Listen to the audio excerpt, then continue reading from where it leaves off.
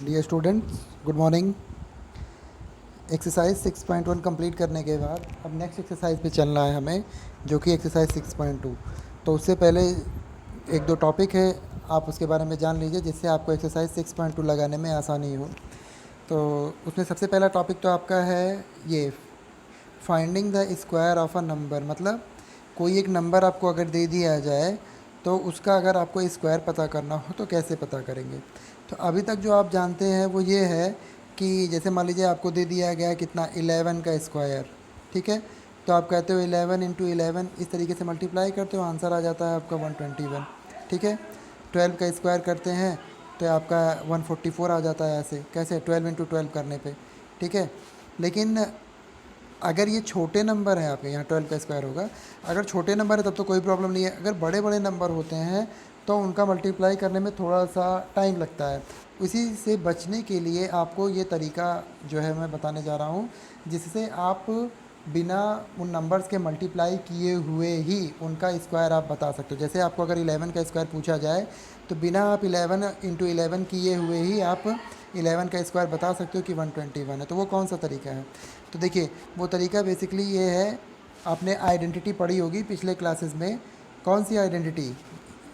ये वाली, a plus b का होल स्क्वायर, ये एक आइडेंटिटी पढ़ी होगी। ये क्या होता है? A square plus b square plus 2ab होता है ना। ऐसे ही एक आइडेंटिटी आपने पढ़ी होगी, ए माइनस बी का होल स्क्वायर। तो ये होता है a square plus b square minus 2ab, ठीक है। तो एक आइडेंटिटी ये हो गई आपकी। तो बेसिकली हम इन ही दोनों आइडेंटिटी का इस्तेमाल करके आपको स्क्वायर निकालना बताने जा रहे हैं, ठीक है। तो चलिए देखते हैं। जैसे मान लीजिए मैंने अभी आपसे कहा था इसको 11 का स्क्वायर बिना मल्टीप्लाई किए हुए, तो देखो 11 का स्क्वायर निकालने के लिए देखो 11 के स्क्वायर को आप इसको ऐसे भी तो लिख सकते हो, 10+1। किसको? 11 को 10+1 लिख सकते हैं, तो ठीक है। और फिर ऊपर स्क्वायर तो स्क्वायर लगा दो। तो अब ये देखो, ये बन गया ना ए प्लस बी के फॉर्म में। 10 को ए मान लो और 1 को बी मान लो, तो ए प्लस बी का होल स्क्वायर हो गया ना। तो क्या होता है ए प्लस बी का whole square? A square plus b, मतलब 1 का स्क्वायर, ये स्क्वायर है। A square plus b square plus 2 into a के प्लेस पे क्या है 10 और बी के प्लेस पे क्या है 1। तो ये कितना आ जाएगा? 10 का स्क्वायर हो जाएगा 100 प्लस 1 और प्लस ये 10 टू जा 20 इंटू 1, तो 20 ही होगा। तो टोटल इन तीनों को ऐड करेंगे, 100 प्लस 1 101 और प्लस 20 120। तो इसका आंसर यहाँ लिख देता हूँ 121, ठीक है। तो देखिए आ गया ना 121। अब आप कहोगे सर कि काफ़ी लंबा लग रहा है। एक्चुअली लंबा आपको इसलिए लग रहा है क्योंकि आप पहली बार ही इसको देख रहे हो। जब आप आगे क्वेश्चंस लगाओगे तो आपको पता चलेगा कि ये काफ़ी आसान है। और ये ऐसा नहीं कि एक दो क्वेश्चन लगाने में ही आपको आसान लगने लगेगा। दो चार क्वेश्चन जब आप प्रैक्टिस करोगे तब जा करके आपको इजी लगेगा, और कुछ टाइम बाद यही आसान लगने लगेगा आपको, ठीक है। तो और ये मैंने बताया था छोटे नंबर जिनका आपको स्क्वायर पता उसमें नहीं, बड़े बड़े नंबर्स के स्क्वायर में ये काफ़ी ज़्यादा यूज़फुल होता है। अब जैसे मान लीजिए आपसे कोई कह दिया कि 71 कितने का 71 का स्क्वायर पता करिए, तो 71 का स्क्वायर 71 इंटू 71 करने से बेहतर है कि इसको हम क्या लिख दें 70 प्लस 1। तो 70 प्लस 1 मतलब 70 का square a square plus b square plus 2 into a into b. तो कितना आ जाएगा 70 का स्क्वायर कितना हो जाएगा 7 7 जा 49 और डबल ज़ीरो लग जाएगा क्योंकि स्क्वायर है, प्लस 1 और प्लस ये कितना आ जाएगा 7 टू जा 14। तो ये 140 आ जाएगा। बस अब सीधा ऐड कर लो, तो कितना आ जाएगा 4900 में 141, मतलब 100, ये 140 यहाँ और प्लस 1 141 ऐड कर लो। तो कितना आ जाएगा, ये यहाँ कर देता हूँ इसको, यहाँ इसका आंसर आ जाएगा 149 110 का 1 कैरी और ये 5041। देखिए आ गया आंसर, ठीक है। तो बड़े नंबर में काफ़ी ज़्यादा यूज़फुल होगा आपके लिए, ठीक। तो चलिए अब मैं इसे हटा देता हूँ। तो इस तरीके से आप जो है, अच्छा मैंने ये दोनों एग्जांपल बताया आपको किसका, ए प्लस बी का होल स्क्वायर। एक एग्जांपल आपको ए माइनस बी का होल स्क्वायर का भी बता दूं। जैसे आपका हो गया ले लेते हैं 59 का स्क्वायर, ठीक है। तो 59 का स्क्वायर को आप 50 प्लस 9 करेंगे तो थोड़ा सा ज़्यादा डिफ़िकल्ट हो जाएगा, ठीक है ना। हमें डिफ़िकल्ट नहीं बनाना है, अपने क्वेश्चन को आसान तरीके से करना है। तो इसके लिए एक काम करो, आप इसको जो है 50 प्लस 9 में ना ब्रेक करके आप इसे ऐसे भी तो ब्रेक कर सकते हो। कैसे बताइए? 60 - 1, क्यों, ये भी तो लिखा जा सकता है 60 - 1। अब देखो ये आसान हो गया, यह a माइनस बी का होल स्क्वायर लग गया, तो a माइनस बी का होल स्क्वायर मतलब a square plus b square minus 2 into a के प्लेस पे है 60 और बी के प्लेस पे है 1, तो ये हो जाएगा 3600 हो जाएगा।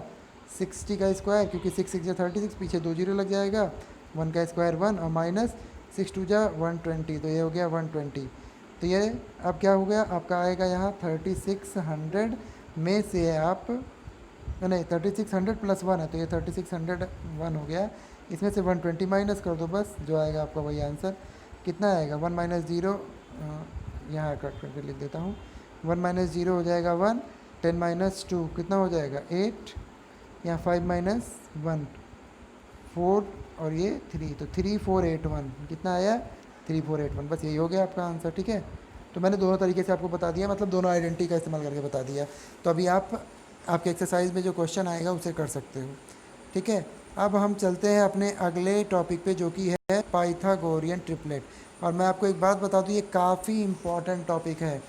काफ़ी इम्पॉर्टेंट इसलिए क्योंकि ये आपके मतलब जो है, अभी तो आप 8th में पढ़ोगे, 9 10th में भी आएगा, और कम्पिटिटिव एग्ज़ाम में, जैसे आप कोई भी कम्पिटिटिव एग्ज़ाम देने जाओगे आगे चल करके, तो उसमें इससे रिलेटेड क्वेश्चंस पूछे जाते हैं, रीजनिंग में और मैथ्स में भी आते हैं। ठीक है, तो इसे ध्यान से पढ़िएगा, तो आपके लिए फ़ायदेमंद होगा। तो दिल के लिए पाइथागोरियन ट्रिपलेट होता क्या, देखिए बेसिकली पाइथागोरियन ट्रिपलेट जो है, आपने ये तो पढ़ा है ना पाइथागोरस थ्योरम। पाइथागोरस थ्योरम में आप क्या जानते हो कि एक राइट एंगल ट्रायंगल जब होता है, ठीक है, तो ये 90 डिग्री हो गया, यहाँ पे मान लो इसका नाम दे दिया मैंने ए बी या सी अगर, तो आपको पता है, ये थोड़ा सा रफ कर देता ए बी सी, चलो ठीक है अब सही है। तो ए बी सी में 90 डिग्री है, तो ये जो है आपको पता है ये हाइपोटेन्यूस होता है, क्योंकि 90 के सामने है। ठीक है, और ये आपका नीचे वाला क्या हो जाता है, बेस हो जाता है, और ये क्या हो जाता है, हाइट या फिर एल्टीट्यूड हो जाता है। आपको ये तो पता ही होगा राइट एंगल ट्रायंगल में। तो और इसी में आपको एक वो थ्योरम पढ़ाया गया होगा कि यहाँ जो हाइपोटेन्यूस है, मतलब ये एच बोलता हूँ उसको मैं, एच लिख देता हूँ, हाइपोटेन्यूस का स्क्वायर बराबर होता है बेस का स्क्वायर बी का स्क्वायर और प्लस हाइट, या फिर इसे एल्टीट्यूड भी बोलते हैं। ठीक है, एल्टीट्यूड, तो एल्टीट्यूड को मैं ए मान लेता हूँ, तो ये हो जाएगा ए का स्क्वायर। तो ये है पाइथागोरस थ्योरम, क्या, कि हाइपोटेन्यूस का स्क्वायर इज इक्वल टू होता है base square plus altitude square. ठीक है, तो यही पाइथागोरस थ्योरम से आपको पता है कि जैसे कुछ नंबर्स होते हैं जो मतलब पाइथागोरस थ्योरम को फॉलो करते हैं, जैसे 3 4 5। ठीक है ना, 3 4 5 में ये तीनों नंबर जो है वो पाइथागोरस थ्योरम जो है उस पर इस पर एप्लीकेबल है। ये तीनों नंबर जो है उस थ्योरम को फॉलो करते हैं, मतलब जैसे इसमें आपका ये अगर आप ट्रायंगल बना लो, तो 5 जो लॉन्गेस्ट साइड होती है, तो लॉन्गेस्ट साइड इसमें हाइपोटेन्यूस होता है, तो ये 5 हो जाएगा। ये चाहे आप 4 ले लो चाहे 3 ले लो, तो इसको अगर 4 लिया तो इसको 3 ले लो बस। अब आप इस पर जो है अपना पाइथागोरस थ्योरम अप्लाई करो, देखोगे अब बिल्कुल अप्लीकेबल होगा। मतलब हाइपोटेन्यूस ये इसका 5 का स्क्वायर बराबर बेस, बेस कितना है 4 है, तो 4 का स्क्वायर होगा, और प्लस अल्टीट्यूड 3 का स्क्वायर। अब चेक कर लो होता है या नहीं, 5 का स्क्वायर 25 इज इक्वल टू 4 का स्क्वायर 16 प्लस 3 का स्क्वायर 9, तो 16 प्लस 9 कितना आ गया 25 आ गया कि नहीं, तो 25 इज इक्वल टू 25 आ गया ना। तो देखा, ये इस तरीके से आपका जो है फॉलो कर रहा है ना आपका। तो ऐसे ही बहुत सारे नंबर हैं जो कि ये पाइथागोरस थ्योरम को फॉलो करते हैं। तो वो कौन कौन से नंबर्स हैं, ठीक है ना, ये जो है बेसिकली ये 3 नंबर होते हैं, इन्हीं तीनों नंबर को जो कि पाइथागोरस थ्योरम को फॉलो करते हैं, ठीक है, पाइथागोरियन ट्रिपलेट कहलाते हैं। यही तीनों नंबर क्या कहलाते हैं, पाइथागोरियन ट्रिपलेट कहलाते हैं। आई बात समझ में। तो ये मतलब यही तीनों का मतलब यही तीनों नहीं, बहुत सारे नंबर्स हैं।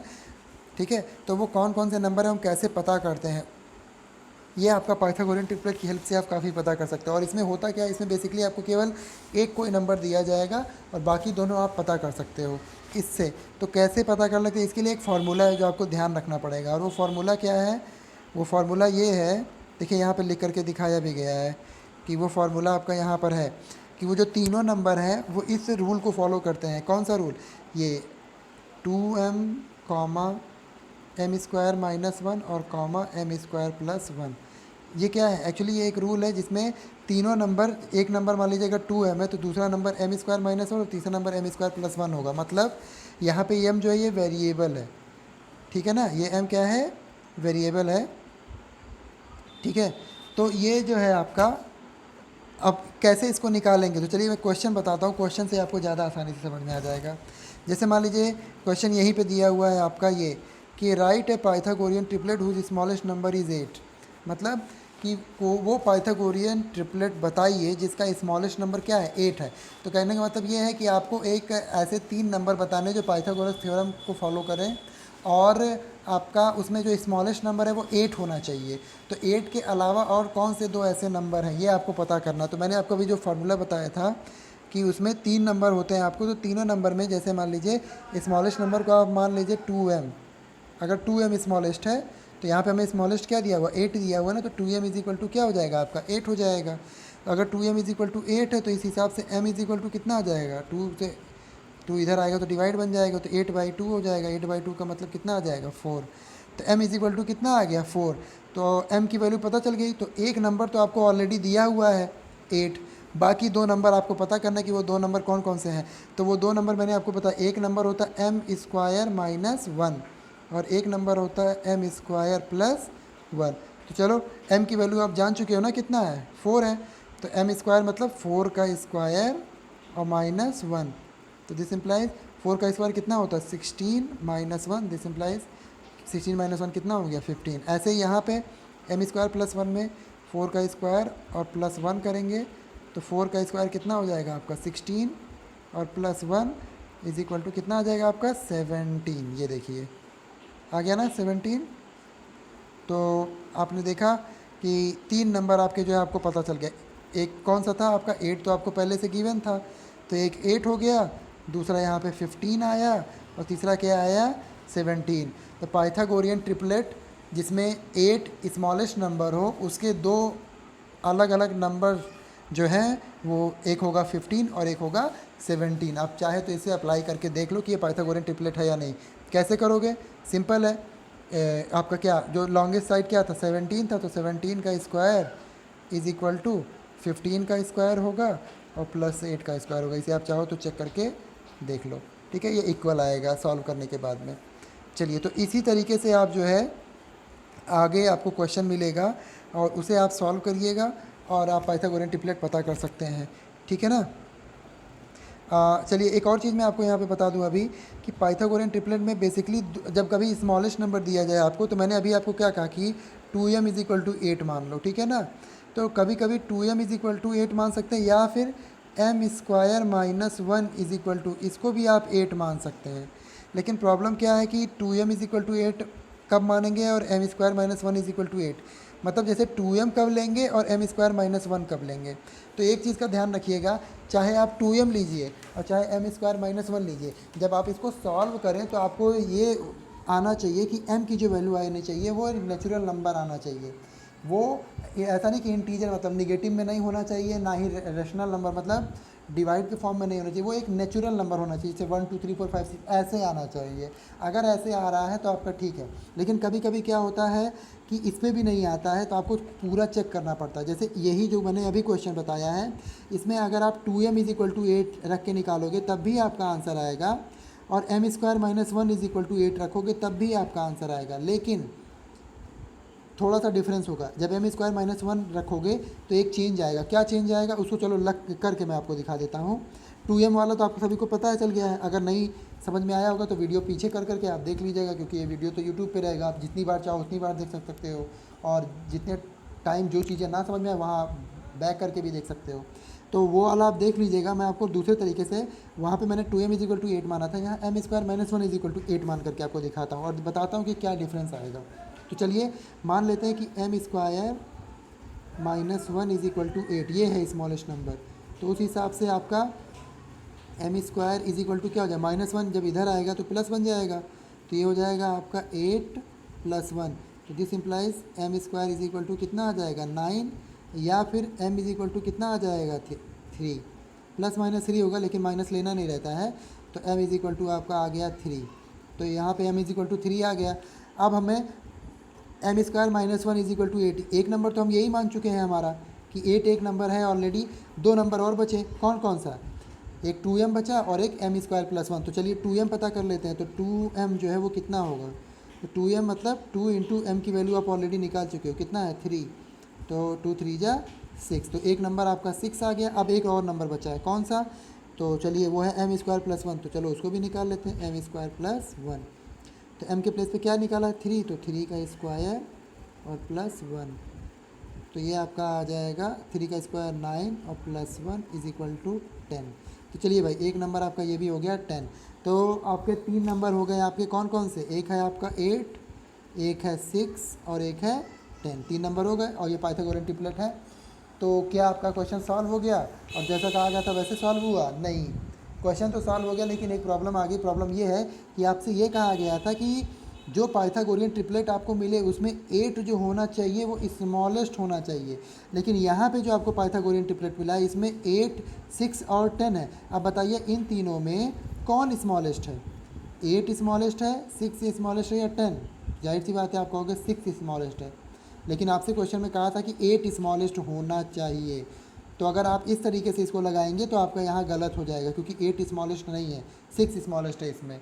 तो अभी इससे पहले जो मैंने 2m मानने करके लगाया था उसमें मेरा 8 स्मॉलेस्ट आ रहा था क्योंकि उसमें 8 था एक वैल्यू और एक 15 था और एक 17 था, तो इन तीनों में 8 स्मॉलेस्ट था ना, तो वो वाला सही था।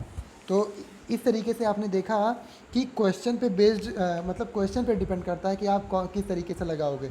तो एक इससे बचने का सबसे आसान तरीका है कि आप दोनों तरीका इस्तेमाल कर लो और दोनों से लगा लो तो आप 100% श्योर हो जाओगे कि मेरा सही है, ठीक है ना। वैसे most of the time 2m is equal to मान के ही हम लगाते हैं और उसी से हमारा आंसर आता है, लेकिन ये मोस्ट ऑफ द टाइम के लिए, हमेशा के लिए नहीं है, ठीक है। तो चलिए देखो, मैंने जैसे आपको बताया यहाँ पे कि इसमें जो है देखिए इस वाले क्वेश्चन में दोनों तरीके से मान के लगाया भी गया। देखिए पहले एम स्क्वायर माइनस वन मान के लगाया गया है जिसमें जो है आपका 6 10 आ रहा था और इसमें बताया गया कि 8 स्मॉलेस्ट नहीं है, फिर दोबारा 2m इज इक्वल टू 8 मान करके लगाया गया तब आंसर आया, ये तो ये वाला नहीं सही था, ठीक है ना। तो इस तरीके से पाइथागोरियन ट्रिपलेट के बारे में भी मैंने आपको बता दिया। अब देखिए 6.2 में दो ही क्वेश्चन है, एक तो स्क्वायर पता करना वो मैं ऑलरेडी बता चुका हूँ और एक पाइथागोरियन ट्रिपलेट पता करना वो भी मैंने आपको अभी बता दिया। तो इस तरीके से आप एक्सरसाइज 6.2 पूरा कंप्लीट लगा सकते हैं। अगले एक्सरसाइज में हम अगले वीडियो में बात करेंगे, ठीक है। अगर कोई क्वेश्चन फंसता है तो मुझसे पूछ लीजिएगा आप।